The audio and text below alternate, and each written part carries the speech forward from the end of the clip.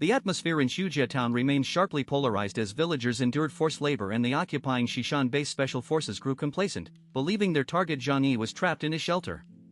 Exploiting the absence of the 5 mutant captains who were conducting fate attacks on the shelter, Zhang Yi emerged from a concealed 2.5-kilometer emergency tunnel wearing a white combat uniform modeled after Lu Xiang and Xie Huanuan's gear, complete with a captain's gold star insignia.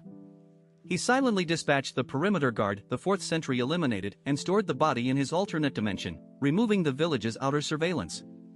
Moving casually through the snow-laden streets accompanied by his muscular tabby mutant cat Hua Hua, Zhang Yi encountered a special forces soldier violently assaulting a young villager woman in a semi-subterranean snow hut.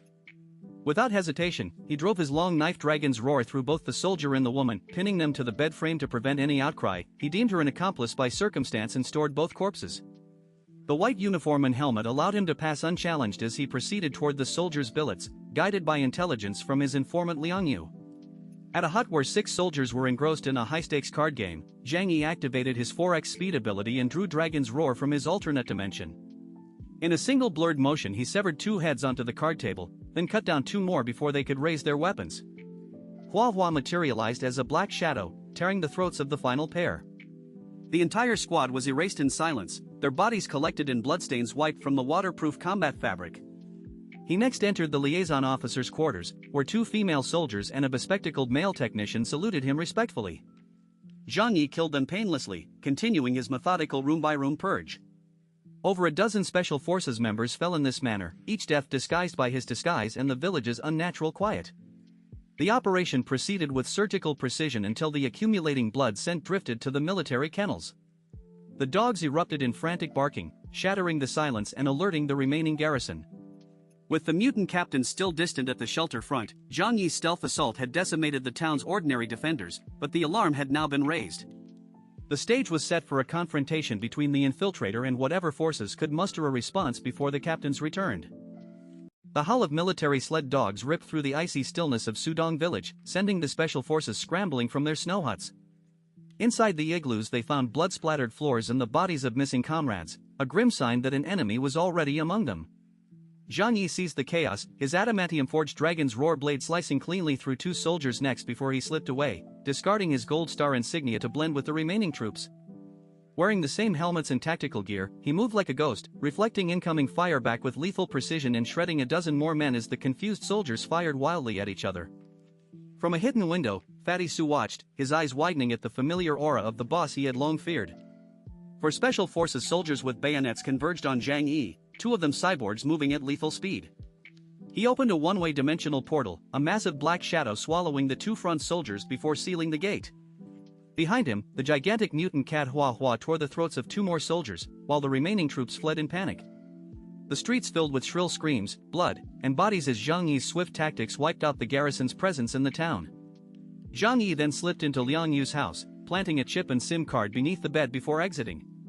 He warned Hua Hua to retreat, the cat shrank to its smaller form and they fled on a snowmobile, evading gunfire that would soon draw attention across the river. As they exited Sudong village, Fatty Su chased after them, pleading to stay. Zhang Yi rebuked him, demanding he leave immediately or find his own way, and tossed him a new cell phone.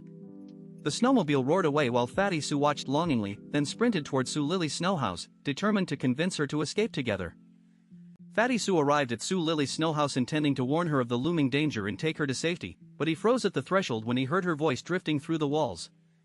Inside, Su Lily and her mother spoke with cruel candor, dissecting his weight, his looks, and his perceived stupidity. Her mother urged her to marry him for protection while Su Lily admitted she only feigned sweetness to keep him ensnared, boasting that a few kind words would make him hand over his heart. The words carved into Su Chu lay like knives, collapsing every heroic fantasy he had nurtured. When Su Lily emerged, smoothing her hair into a practiced smile, he stared at her cherry lips and wondered how they could spew such venom. He begged her to leave with him, offering his ice abilities to secure shelter and supplies in a buried supermarket, but she laughed off the threat, insisting the soldiers' deaths were irrelevant and that he would protect them regardless. She took his hand with a pitying smile that felt like a condescending pat on a child's head, and he nodded numbly, watching her retreat back into the warmth of the hut. The illusion shattered completely.